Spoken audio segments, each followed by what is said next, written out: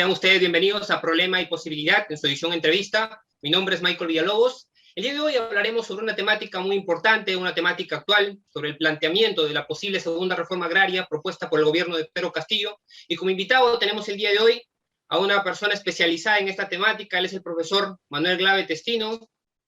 Él es doctor en Economía por la Universidad de Illinois, en Urbana-Champaign, investigador principal del Grupo de Análisis para el Desarrollo, especialista en desarrollo rural, economía ambiental y recursos naturales y análisis de las políticas públicas, agraria y ambiental. Además, es profesor principal de su alma mater, la Pontificia Universidad Católica del Perú. Profesor, muchas gracias por aceptar la invitación. Gracias a ustedes, Michael. Bueno, profesor, para adentrarnos en lo que nos invita el día de hoy, me gustaría consultarle, en los últimos 20 años se han desarrollado diferentes planteamientos para poder reformar la agricultura de nuestro país. En este sentido, por ejemplo, tenemos el caso en el año 2008 que la bancada aprista planteó un proyecto de ley para poder limitar la tenencia de tierras. El año pasado también esta ley que buscaba mejorar la promoción de la agricultura, y hoy por hoy tenemos prácticamente lo que podríamos llamar la crónica anunciada de una segunda reforma agraria. Me gustaría consultarle cuál es la primera impresión que usted tiene sobre este planteamiento y cuál es el contexto social, económico y político en el que se forjan estas ideas. Con gusto, es un tema bastante complejo, difícil de abordar en poco tiempo, pero intentémoslo. Las reformas agrarias de los años 50, 60 en América Latina respondieron a un modelo de política económica que tenía como horizonte, que tenía como norte, el proceso de industrialización por sustitución de importaciones. Lo que se constató a nivel latinoamericano en general es que el proceso de ICI requería de una respuesta del sector agrario en términos de aumento de productividad que permita mantener los precios reales de los alimentos relativamente baratos en el crecimiento urbano industrial. Y lo que se constató fue que la estructura agraria de América Latina, dominada por el latifundismo, no estaba en condiciones de responder, ¿no? Los economistas diríamos la oferta agropecuaria tenía una inelasticidad muy, muy pronunciada. Y la evidencia empírica, y eso no tenía nada de ideología, la evidencia empírica empujó al continente a promover un proceso de redistribución de la tierra en vista de que habría una relación inversa entre tamaño de la finca y productividad. Eso era la realidad de los años 50, 60, ¿no? Ahora alguien podría decir, oiga, usted, la agricultura de exportación en la costa tiene rendimientos crecientes, es mentira que existe una relación inversa, seguro, pero en los años 50, 60 eso era un hecho, ¿no? Y así se promovieron varias reformas agrarias. En América Latina hay por lo menos unos 13 a 15 países donde se impulsó diferentes tipos de reformas agrarias, hay mucha investigación al respecto. Y en el caso peruano, esto tiene un lado complementario, ¿no? Tiene otro lado, la moneda o la historia tiene otra cara, ¿no? Que es el régimen gamonal, en particular en los Andes, donde el sistema de hacienda estaba absolutamente dominado por la reproducción y la recreación de relaciones de servidumbre, ¿no? Relaciones de dominación y de servidumbre que generaban, en fin, múltiples fenómenos socioeconómicos y culturales en la vida cotidiana de todo el país, no solamente al interior de las haciendas. Entonces, para los peruanos y las peruanas, la reforma agraria tiene más una connotación de una política que rompió con una situación de injusticia, ¿no? Que terminó con un régimen socioeconómico, cultural de dominación, y que fue la partida de defunción de ese régimen, ¿no? Hasta cierto punto eso es evidente, como demuestran muchos estudiosos, en realidad el régimen de Hacienda en los Andes ya estaba en desmantelamiento, ya estaba en un ocaso, y la reforma agraria de Velasco en realidad simplemente selló su defunción, pero no fue que porque hubo reforma agraria el régimen de Hacienda terminó colapsando, ¿no? Así que eso es un punto de partida histórico, y en el caso peruano, desde la ley del año 69 hasta la constitución del 93, son 24 años, en realidad es la ley de tierras del año 95 la que termina derogando la reforma agraria, ¿no? En el marco de la Constitución del 93, en el año 1995 se promulga la ley de tierras, conocida como la ley de tierras, es una ley marco de promoción de inversión en la tierra. Es una ley que jurídicamente deroga la ley de reforma agraria, ¿no? Entonces la ley de reforma agraria tiene una vigencia jurídica de solamente 26 años. En esos 26 años se procedió a un proceso de expropiación y adjudicación de tierras y se generaron diferentes formas de producción, diferentes formas de organización de la propiedad de la tierra que no tenemos el tiempo de contar, que como consecuencia del proceso de parcelación de las cooperativas en la costa y la reestructuración agraria de las AES en los Andes, en realidad lo que podríamos afirmar que el principal legado de la reforma agraria es que la estructura agraria peruana está dominada por la pequeña propiedad, ¿no? Somos una agricultura minifundista de pequeños productores, ¿no? El último censo nacional agropecuario del 2012 me parece que muestra que más del 80-85% de las unidades de producción agropecuarias en el país tienen menos de 5 hectáreas, ¿no?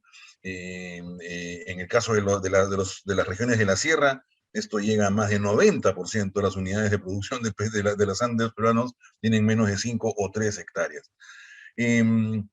Entonces, en ese contexto, en el marco de las políticas de los 90, ahí es interesante mencionar que el modelo de los 90 y desde el Banco Mundial en particular, se planteó una etiqueta muy interesante que se llamaba una reforma agraria basada en el mercado, ¿no? En inglés le decían Market-Based Land Reform, que lo que quería era promover la liberalización del mercado de tierras como parte de un paquete de políticas de liberalización.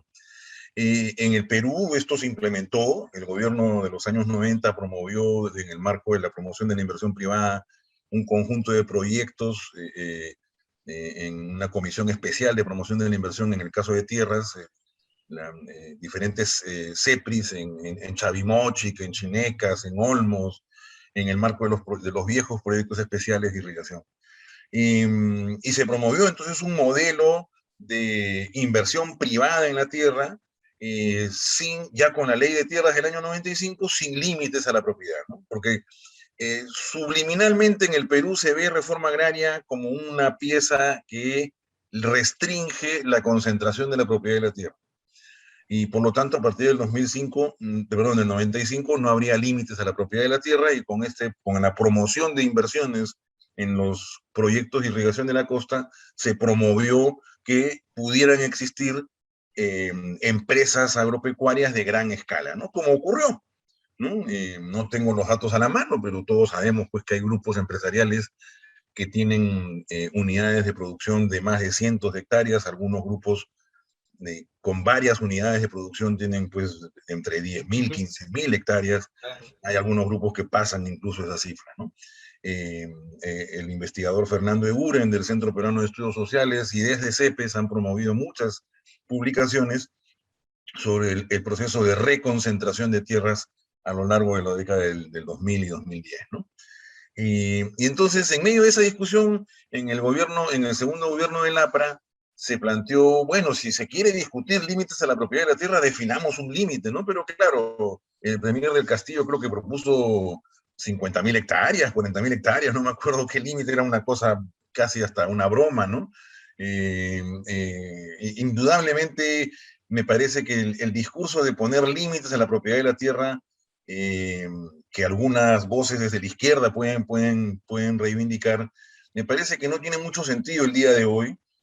Tiene mucho más sentido tener más bien regulaciones en el funcionamiento del conjunto de mercado. Eso es en el largo plazo. Ahora vayamos a la coyuntura de la elección del gobierno de Perú Libre y el discurso, la narrativa de la segunda reforma agraria, que además fue también propuesta por Juntos por el Perú y su candidata, y que de alguna manera habría una especie de consenso, ¿no? En estas supuestas fuerzas de izquierda. La impresión que tengo es que de izquierda tienen poco o nada el actual gobierno, pero bueno, los que administran la política pública en el Perú de hoy tendrían esa narrativa de una segunda reforma agraria. Lo que está en juego hoy no es tanto poner límites a la propiedad de la tierra. Lo que está en juego hoy es hasta qué punto las políticas sectoriales del Estado peruano han estado dirigidas demasiado centradas a la agricultura de exportación y se han olvidado de la agricultura familiar, en particular de la pequeña agricultura familiar de los Andes. Eh, el Ministerio de Desarrollo Agrario, desde la gestión de Ollantumala, pasando por la gestión de Kuczynski y terminando en la de Vizcarra y Sagasti, ha estado promoviendo una serie de cambios y de reformas, incluyendo una estrategia nacional de agricultura familiar y un plan nacional de acción de agricultura familiar. Ya están las piezas puestas ahí. Se habló de la creación de un viceministerio de agricultura familiar. En realidad, eh, se podría decir que desde la esquina roja hasta la esquina amarilla hay consenso de que se necesita tener una política pública dirigida a la pequeña agricultura familiar. No me queda tan claro en qué consiste el paquete de políticas diferente, ¿no? La innovación de política pública que podría contener una, comillas, segunda reforma agraria, dado que ya desde el 2014-15 tenemos este conjunto de instrumentos de gestión y esta tendencia hacia la creación de un viceministerio de Agricultura Familiar. Pero en principio yo esperaría que se consolide la creación del viceministerio de Agricultura Familiar y que haya una política pública muy agresiva de promoción de este sector, ¿no? Quisiera terminar con una reflexión, ¿no?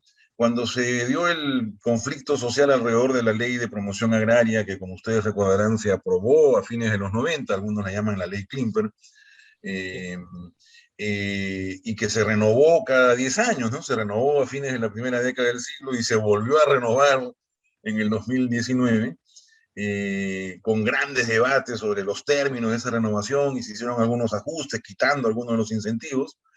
En realidad lo curioso de toda esa historia, ya tenemos más de 20 años, es que es realmente una vergüenza que un aparato público como el nuestro dé subsidios a un sector de exportación capitalista y que el mismo aparato público no sea capaz de dar subsidios a los pequeños agricultores familiares, ¿no? Que son la fuente de, no tenemos los datos exactos, pero probablemente un 30 a 40% de los alimentos que se consumen a nivel nacional son producidos por este sector.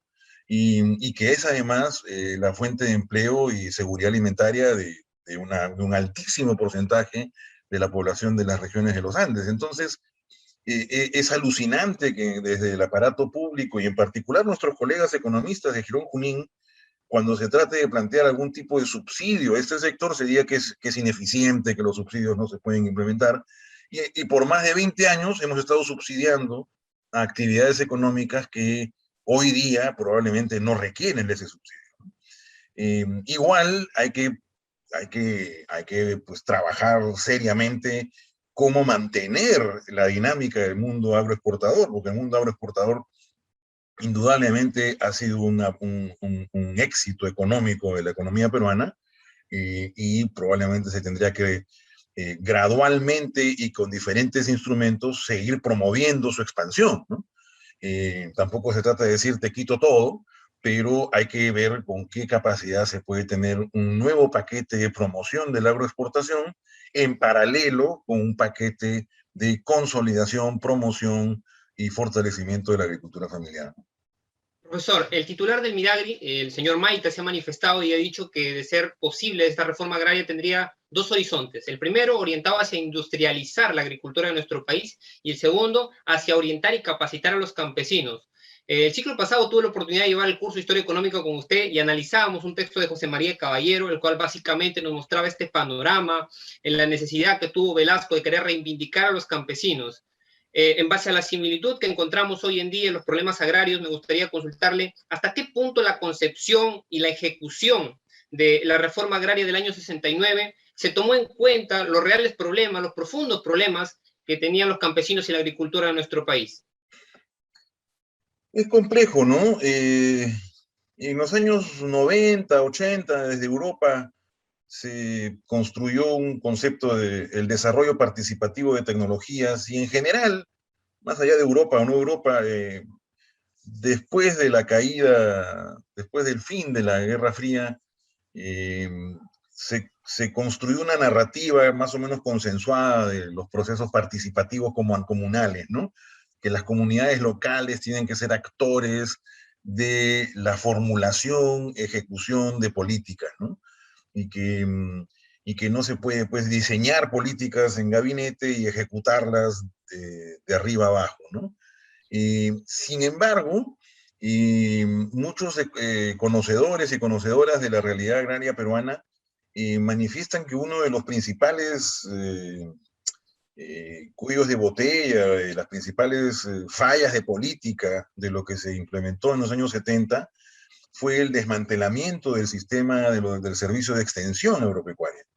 El Estado peruano tenía un servicio de extensionistas, así se llamaban en los años 60, principios de los 70, con las sedes del Instituto Nacional de Investigación Agraria, el INIA, y había una red nacional de extensionistas que jugaban un papel estratégico en el sector, ¿no? Este sistema colapsó, ¿no? Por diferentes motivos, ya en los años 80 prácticamente desapareció, incluso las estaciones experimentales de INIA también entraron en crisis. Entonces, todo el componente de investigación y extensión, como se llamaban en los años anteriores, prácticamente se desmoronó, ¿no? A partir de los 90 y con el boom del crecimiento económico, se contó con recursos y con cooperación internacional para fortalecer o recuperar la fortaleza de este sistema, pero solo en la dimensión de investigación. Entonces, el moderno INIA es un instituto público de investigación que probablemente tiene una fuerte capacidad en lo que significa investigación científica, en generación de semillas, en trabajo. Hay algunas limitaciones también ahí, pero creo que es un componente que se ha fortalecido y se viene fortaleciendo y consolidando. Pero el lado de la extensión nunca se recuperó, ¿no? Aparecieron nuevas alternativas, ¿no? El famoso tema de campesino a campesino, en algunos lados se llamaba Camayox, en otros lados Yachachix, el proyecto Sierra Productiva. El día de hoy el concepto de Yachachix prácticamente ya se ha internalizado en la gestión pública. Entiendo que tanto en Jacubiña y como en otros programas de Sierra Rural se promueve la transferencia y asistencia técnica de campesino a campesino.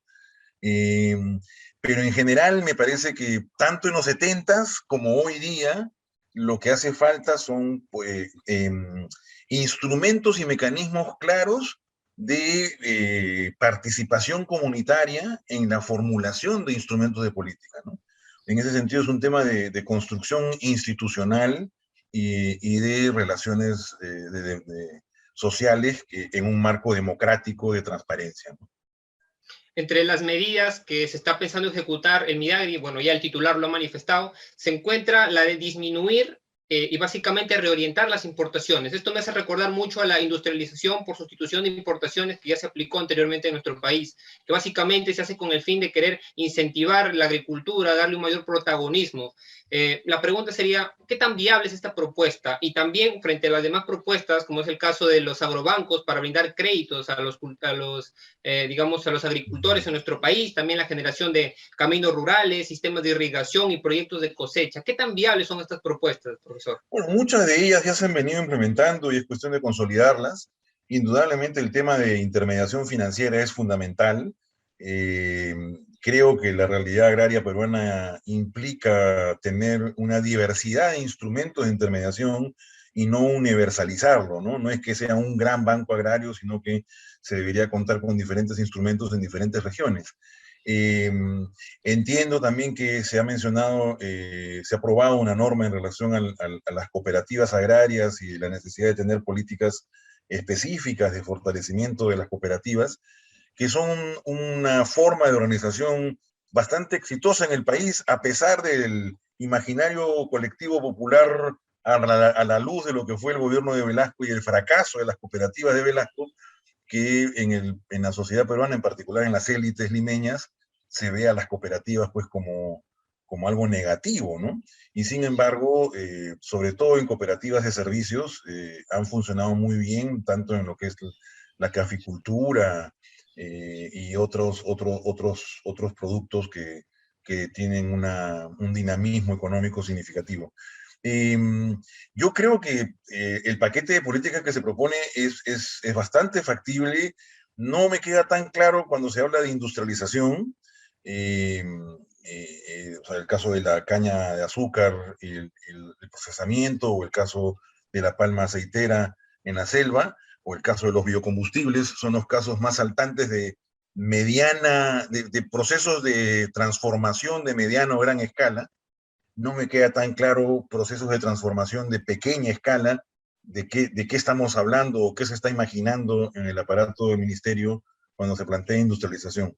Y sobre el tema de importaciones, bueno, esto es una vieja discusión, ¿no? Es la misma discusión de toda la vida. Es indudable que uno tiene que procurar abastecer el mercado interno con producción local allí donde sea factible. El caso más conocido es el caso de la papa, que cómo es posible que el Perú importe tantas toneladas de papa, sobre todo para el mercado de comida rápida. No tengo la información exacta, aparentemente hay particularidades para papas de comidas rápidas que probablemente la papa peruana no puede abastecer, pero el tema no es tanto si es que uno restringe importaciones o promueve abastecer mercado interno con cultivo local, como es lo que tú haces la referencia al modelo de los 60. Me parece que lo más importante es el fortalecimiento y la promoción de la producción de pequeña escala peruana, ¿no? Y eso implica no solamente pensar en sustituir importaciones, que a mi juicio creo que como principio de política hoy yo no lo promovería. En todo caso, si es que hay subsidios a la importación, sí habría que eliminarlos, ¿no? Eso, Sí. eso no es porque quiero sustituir, ¿no? O sea, es un sentido común, ¿no? Pero a mí me parece que lo más estratégico es más bien la promoción y fortalecimiento de la producción del mercado interno y facilitar el dinamismo de los mercados, ¿no? No puede ser que semillas de cultivos locales no sean certificadas, no puede ser que no haya mercados de semillas, no puede ser que los productores no tengan capacidad de vender sus productos porque no están formalizados. O sea, hay mucho espacio para políticas públicas de fortalecimiento del mercado interno para productores locales, con productos locales y consumidores locales, y que no necesariamente pasan por este discurso que puede tener un aire de popularidad, ¿no? En principio yo creo que no pasa por prohibir importaciones o encarecerlas. Yo creo que sí, si hubiera alguna esfera donde hay algún tipo de subsidio a las mismas, firmo que hay que eliminarlo, ¿no? Profesor, ¿considera usted que hay esta idea, esta ambición de un cambio estructural, al igual que en la primera reforma agraria? ¿Es necesario, digamos, tener un enfoque revolucionario? Hay varios factores que es difícil conjugar. El día de hoy es muy difícil tener políticas sectoriales desligadas de otras políticas sectoriales, incluyendo los componentes de programas sociales y los sectores de servicios públicos básicos. Eh, no se puede plantear una, comillas, reforma agraria con cambios estructurales, ¿no? Si ella no está enmarcada en una visión hoy día, diríamos, territorial, ¿no? Es decir, los cambios en el sector agropecuario tienen que estar articulados a políticas de servicios públicos, políticas de infraestructura, políticas de educación, políticas de salud. Y uno de los aspectos clave aquí es la gestión de los recursos naturales. El Perú es uno de los sitios en el planeta donde ya la evidencia científica cada vez es más contundente. Nosotros estamos en un espacio en el planeta donde la tendencia de las próximas décadas es que van a haber cambios dramáticos en términos de precipitación, temperatura, y por lo tanto los cambios en las capacidades de producción de nuestros ecosistemas tenemos que estar listos y preparados, no podemos esperar. Entonces yo sí creo que un cambio estructural de verdad sería introducir instrumentos de gestión territorial multisectorial, ¿no? Tener capacidad para planificar inversiones públicas y privadas con una lógica multisectorial. Y entonces el tema no pasa por ver cómo es que a través de crédito, cómo es que a través de asistencia técnica, cómo es que a través de política tributaria promuevo un nuevo tipo de agricultura. El Oh, tema claro. pasa por, en primer lugar, cómo ubicamos a la agricultura, junto con la minería, junto con servicios de saneamiento, junto con industrialización, en un territorio con una visión de mediano y largo plazo. Y para ello el rol del Estado es brindar información para que los actores puedan tomar decisiones junto con el aparato público respecto a los diferentes proyectos de inversión, ¿no? Yo creo que el tema de la minería puede ser un excelente pretexto para promover esto, ¿no? Eh, el discurso de los expertos y las expertas es el enfoque territorial. Más allá del término territorial, creo que de lo que se trata es de tener sistemas de información que permitan tomar decisiones con una mirada multisectorial y multinivel, con participación ciudadana, y donde definitivamente no va a haber pues unanimidad, ¿no? Nunca va a haber unanimidad, ¿no? Exactamente. Va a haber voces que van a perder, voces que van a ganar, pero lo importante es que se tomen acuerdos políticos con actores responsables, ¿no? Para ello es fundamental que las universidades nos pongamos las pilas, como se dice, y contribuyamos con estudios, con investigaciones, pero también es fundamental que diferentes espacios institucionales se recuperen, ¿no? Para Exactamente. comenzar, los partidos políticos. O sea, todo esto que estamos conversando, si no tienes un sistema político relativamente funcional, nunca, esto es una utopía, ¿no? Así que el tema del sistema político es una condición necesaria para que lo que estamos hablando pueda ocurrir, ¿no? Los colegios profesionales, ¿no? Los colegios profesionales deberían ser también brazos al servicio de este proceso de planificación. Las cámaras de comercio deberían también ser brazos al servicio de ese proceso de planificación. Así que estamos en una situación muy crítica, ¿no? Porque la línea de base, digamos, en la que estamos entrando en nuestro segundo bicentenario, es que ese capital institucional es muy débil, ¿no? O sea, los partidos políticos están en la Liga 2, si no en la Liga 3, los colegios profesionales están en las mismas, Sí, las universidades nacionales, con algunas brillantes excepciones, en realidad están sufriendo mucho como para poder contribuir. Así que yo creo que es una estrategia de largo plazo, hay que ser conscientes, hay que ubicarnos y que esto no se puede dar pues en 2, 3, 5 años, hay que tener un horizonte de 10, 20 años para reconstruir esa capacidad institucional con miras a poder implementar esto que estamos conversando. exactamente, profesor. Bueno, profesor, nos acercamos al final de esta entrevista y de manera breve me gustaría que responda una pregunta que no puedo dejar de hacerla. ¿Es necesaria una segunda reforma agraria? ¿Usted qué cree? De manera breve. Yo creo que es innecesario la etiqueta. Yo creo que la etiqueta no ayuda en la coyuntura. A mí me parece que genera un ruido innecesario porque puede ser entendido como queremos poner límites a la propiedad. Exactamente, claro. A mi juicio, insisto, los procesos de concentración o reconcentración de la tierra se pueden atacar con instrumentos de política. No necesitas poner límites a la propiedad. Además, en el Perú de hoy, no solamente nada está dicho, sino que cualquier límite a la propiedad es violado en un segundo, ¿no? Surgen mecanismos para violarlo. Entonces yo creo que el contenido de lo que se quiere hacer con la segunda reforma agraria, yo estoy totalmente de acuerdo, ¿no? Que es una reorientación de la política hacia la agricultura familiar. Y que para ello se requiere múltiples instrumentos y políticas, ahí yo creo que estamos por buen camino. Pero bueno, eso es una visión analítica. Usted sabe pues que en política es otro tema. ¿Se gana algunos puntos con la etiqueta de segunda reforma agraria? Por supuesto que se ganan muchos puntos. Claro. ¿Se pierden algunos puntos en algunos sectores? Por supuesto que se pierde. ¿Alguien puede decir si está bien o está mal? A mi juicio me parece que no da el resultado neto no es positivo ni siquiera políticamente, ¿no?